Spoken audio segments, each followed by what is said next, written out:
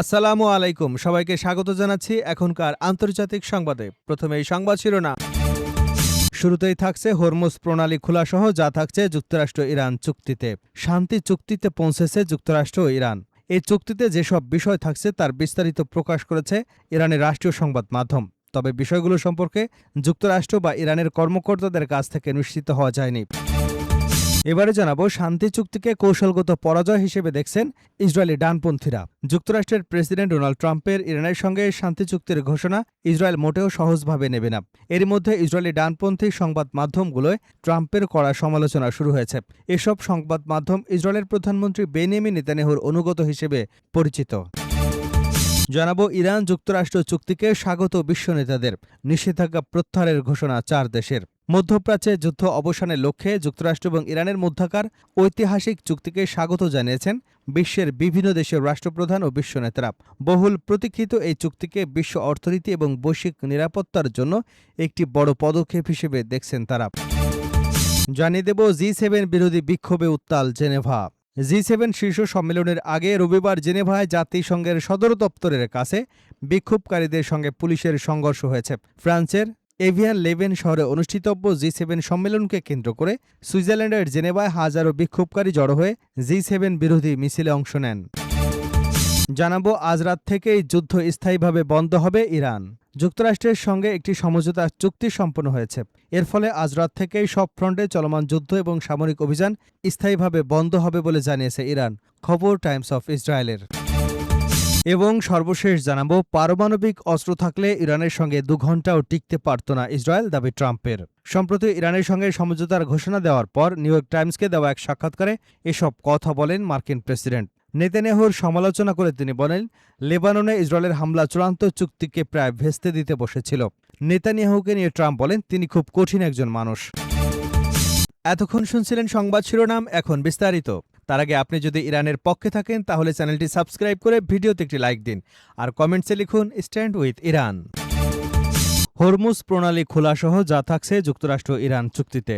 শান্তি চুক্তিতে পৌঁছেছে যুক্তরাষ্ট্র ও ইরান। এই চুক্তিতে যেসব বিষয় থাকছে তার বিস্তারিত প্রকাশ করেছে ইরানের রাষ্ট্রীয় সংবাদ মাধ্যম।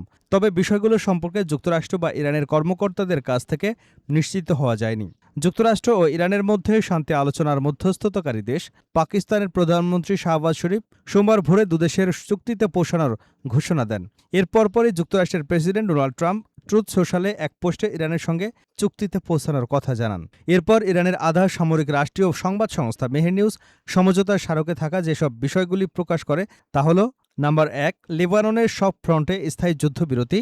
নাম্বার 2, ইরানের অভ্যন্তরীণ বিষয়ে হস্তক্ষেপ করবে না বলে যুক্তরাষ্ট্রের প্রতিশ্রুতি। নাম্বার 3, 30 দিনের মধ্যে ইরানের বন্দরগুলো ঘিরে থাকা যুক্তরাষ্ট্রের নৌ অবরোধ প্রত্যাহার। নাম্বার 4, ইরান থেকে যুক্তরাষ্ট্রের বাহিনী প্রত্যাহার। নাম্বার 5, ইরানের ব্যবস্থাপনায় 30 দিনের মধ্যে হরমুজ প্রণালী আবার খুলে দেওয়া। নাম্বার 6, যুক্তরাষ্ট্র ও তার মিত্ররা ইরানের পুনর্গঠনের পরিকল্পনা দেবে যাতে ব্যয় হবে অন্তত $300 বিলিয়ন। নাম্বার 7, ইরানের তেল এবং জ্বালানি পণ্যের উপর থাকা নিষেধাজ্ঞার অবসান। নাম্বার 8, পারমাণবিক অস্ত্র তৈরি করবে না বলে ইরানের প্রতিশ্রুতি পুনর্ব্যক্ত। নাম্বার 9, ওই অঞ্চলে সামরিক শক্তি বৃদ্ধি না করা এবং নতুন নিষেধাজ্ঞা না দেওয়ার প্রতিশ্রুতি যুক্তরাষ্ট্রের। বার্তা সংস্থা মেহেরের খবরে বলা হয়েছে, নিষেধাজ্ঞার আওতায় জব্দ করা ইরানের তহবিলের অর্ধেক না ছাড়া ইরানের তেলের উপর নিষেধাজ্ঞা প্রত্যাহার এবং মার্কিন নৌ অবরোধ প্রত্যাহার না হওয়া পর্যন্ত চূড়ান্ত সমঝোতার আলোচনা শুরু হবে না। এছাড়া যুক্তরাষ্ট্র এবং ইরানের মধ্যে চূড়ান্ত যে চুক্তি হবে সেটি জাতিসংঘের নিরাপত্তা পরিষদের প্রস্তাবের মধ্য দিয়ে অনুমোদিত হবে। ইরানের সঙ্গে চুক্তিতে পৌঁছানোর কথা নিশ্চিত করে যুক্তরাষ্ট্রের প্রেসিডেন্ট ডোনাল্ড ট্রাম্প ট্রুথ সোশ্যালে একটি পোস্ট দিয়েছিলেন। সেখানে তিনি লেখেন, আমি হরমুজ প্রণালীকে সম্পূর্ণভাবে টোলমুক্তভাবে চলাচলের জন্য উন্মুক্ত করবার অনুমতি দিচ্ছি। একই সঙ্গে যুক্তরাষ্ট্রের নৌবাহিনীর আরোপিত অবরোধও অবিলম্বে তুলে নেওয়ার নির্দেশ দিচ্ছে। বিশ্বের জাহাজগুলোকে ইঞ্জিন চালু করবার আহ্বান জানিয়ে মার্কিন প্রেসিডেন্ট বলেছিলেন, তেল পরিবহন চলবে। পরে আরেকটি পোস্টে তিনি কিছুটা স্পষ্ট করেন। ট্রাম্প লিখেছেন, অন্যরা যেখানে ব্যর্থ হয়েছে সেখানে তিনি সফল হয়েছেন। এই মহান চুক্তি ওই পুরো অঞ্চলে শান্তি ও নিরাপত্তা নিয়ে আসবে, ট্রুথ সোশ্যালে লিখেছেন ট্রাম্প। তিনি লিখেন, অনেক প্রেসিডেন্ট ইরানের সঙ্গে শান্তি প্রতিষ্ঠার চেষ্টা করেছেন এবং আমার আগে সবাই ব্যর্থ হয়েছেন। ওই অঞ্চলের নেতারা এই প্রথম একজন প্রেসিডেন্ট পেয়েছেন যিনি প্রকৃত শান্তি অর্জনে তাদের সহায়তা করতে পারেন। শুক্রবার চুক্তিতে সই হওয়া এবং হরমুজ প্রণালী থেকে মাইন অপসারণের পর এই প্রণালীর উভয় পাশ দিয়ে ওই অঞ্চলে পুরো বিশ্বের জন্য তেল পরিবহন স্বাভাবিক হবে বলে উল্লেখ করেন ট্রাম্প। শান্তি চুক্তিকে কৌশলগত পরাজয় হিসেবে দেখছে ইসরায়েলি ডানপন্থীরা। যুক্তরাষ্ট্রের প্রেসিডেন্ট ডোনাল্ড ট্রাম্পের ইরানের সঙ্গে শান্তি চুক্তির ঘোষণা ইসরায়েল মোটেও সহজভাবে নেবে না। এরই মধ্যে ইসরায়েলি ডানপন্থী সংবাদ মাধ্যমগুলোয় ট্রাম্পের কড়া সমালোচনা শুরু হয়েছে। এসব সংবাদ মাধ্যম ইসরায়েলের প্রধানমন্ত্রী বেনিয়ামিন নেতানিয়াহুর অনুগত হিসেবে পরিচিত। হঠাৎ মার্কিন প্রেসিডেন্টের বিরুদ্ধে এসব সংবাদ মাধ্যমের এই অবস্থান বেশ অস্বাভাবিক একটি ঘটনা। অল্প কিছুদিন আগেও জনমত জরিপে ইসরায়েলের প্রধানমন্ত্রীর চেয়ে মার্কিন প্রেসিডেন্ট ডোনাল্ড ট্রাম্পের জনপ্রিয়তা বেশি দেখা গিয়েছিল। এখন আসল ঘটনা হচ্ছে, ইরান ইস্যুতে বর্তমান যুক্তরাষ্ট্র এবং ইসরায়েল আর আগের মতো এক জায়গায় নেই। ট্রাম্পের এই চুক্তির ঘোষণার ফলে ইসরায়েল এখন লেবাননে বোমাবর্ষণ বন্ধ করতে বাধ্য হতে পারে। এমনকি ইসরায়েল লেবানন থেকে তাদের সেনা সরিয়ে নিতে পারে অথবা তাদের অগ্রগতি স্থগিত করতে পারে। বিষয়টি ইসরায়েলের কট্টরপন্থীদের ক্ষোভের মূল কারণ হয়ে দাঁড়িয়েছে। তারা একে ইসরায়েলের জন্য একটি রাজনৈতিক পরাজয় হিসেবে দেখছেন। তারা বুঝতে পারছেন এই চুক্তিকে তেহরানের বিজয় হিসেবে দেখা হবে, আর ইরানের সেই বিজয় আসলে ইসরায়েলের জন্য একটি কৌশলগত পরাজয় হিসেবে গণ্য হবে। ইরান যুক্তরাষ্ট্র চুক্তিকে স্বাগত, বিশ্ব নেতাদের নিষেধাজ্ঞা প্রত্যাহারের ঘোষণা 4 দেশের। মধ্যপ্রাচ্য যুদ্ধ অবসানের লক্ষ্যে যুক্তরাষ্ট্র এবং ইরানের মধ্যকার ঐতিহাসিক চুক্তিকে স্বাগত জানিয়েছেন বিশ্বের বিভিন্ন দেশের রাষ্ট্রপ্রধান ও বিশ্ব নেতারা।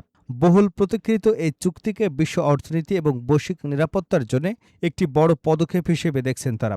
ওয়াশিংটন এবং তেহরানের এই অগ্রগতিকে বজায় রাখতে এবং মধ্যপ্রাচ্যে দীর্ঘস্থায়ী শান্তি প্রতিষ্ঠার অংশ হিসেবে এক যৌথ বিবৃতিতে ইরানের উপর আরোপিত নিষেধাজ্ঞা তুলে নেওয়ার ঘোষণা দিয়েছে ইউরোপের শীর্ষ 4 শক্তি যুক্তরাজ্য, ফ্রান্স, জার্মানি ও ইতালি। কাতার, তুরস্ক, জাপান, নিউজিল্যান্ড সহ বিভিন্ন দেশ এই সমঝোতাকে ভূরাজনৈতিক স্থিতিশীলতার এক নতুন দিগন্ত বলে অভিহিত করেছেন। রোববার যুক্তরাজ্য, ফ্রান্স, জার্মানি এবং ইতালি এক যৌথ বিবৃতিতে জানায় তারা ইরানের উপর আরোপিত আন্তর্জাতিক নিষেধাজ্ঞাগুলো প্রত্যাহার করতে প্রস্তুত। যৌথ বিবৃতিতে দেশগুলো বলে, ইরান তার পারমাণবিক কর্মসূচি নিয়ে স্পষ্ট যাচাইযোগ্য পদক্ষেপ নিলে সংশ্লিষ্ট নিষেধাজ্ঞাগুলো প্রত্যাহারে আমরা প্রস্তুত। এই সুযোগ কাজে লাগাতে, আলোচনার গতি ধরে রাখতে এবং দীর্ঘমেয়াদী একটি কূটনৈতিক সমাধানের পৌঁছতে যুক্তরাষ্ট্র, ইরান এবং আঞ্চলিক অংশীদারদের সঙ্গে আমরা নিবিড়ভাবে কাজ করব। বিবৃতিতে ইউরোপীয় নেতারা জোর দিয়ে বলেন, ইরান যেন কখনোই পারমাণবিক অস্ত্র তৈরি করতে না পারে তা নিশ্চিত করা হবে। এই লক্ষ্য অর্জনে আমরা যুক্তরাষ্ট্র, ইরান এবং আন্তর্জাতিক পরমাণু শক্তি সংস্থার সঙ্গে কাজ করতে প্রস্তুত। G7 বিরোধী বিক্ষোভে উত্তাল জেনেভা। G7 শীর্ষ সম্মেলনের আগে রবিবার জেনেভায় জাতিসংঘের সদর দপ্তরের কাছে বিক্ষোভকারীদের সঙ্গে পুলিশের সংঘর্ষ হয়েছে। ফ্রান্সের এভিয়ান লেবেন শহরে অনুষ্ঠিত G7 সম্মেলনকে কেন্দ্র করে সুইজারল্যান্ডের জেনেভায় হাজারো বিক্ষোভকারী জড়ো হয়ে G7 বিরোধী মিছিলে অংশ নেন। এ সময় বিক্ষোভকারীরা পুলিশের দিকে বোতল, পাথর এবং আতশবাজি নিক্ষেপ করে। পুলিশও পাল্টা জবাবে কাঁদানে গ্যাস এবং জলকামান ব্যবহার করে। স্থানীয় সময় দুপুর 2টা থেকে বিক্ষোভকারীরা পার্কমন রেপোতে জড়ো হতে শুরু করেন। পরে বিকাল 3টার দিকে তারা নো G7 জোটের ব্যানারে প্লাস দে নাসিওর উদ্দেশ্যে মিছিল শুরু করেন। জোটটি দীর্ঘদিন ধরে G7ভুক্ত দেশগুলো রাজনৈতিক, অর্থনৈতিক এবং পররাষ্ট্রনীতির বিরোধিতা করে আসছে।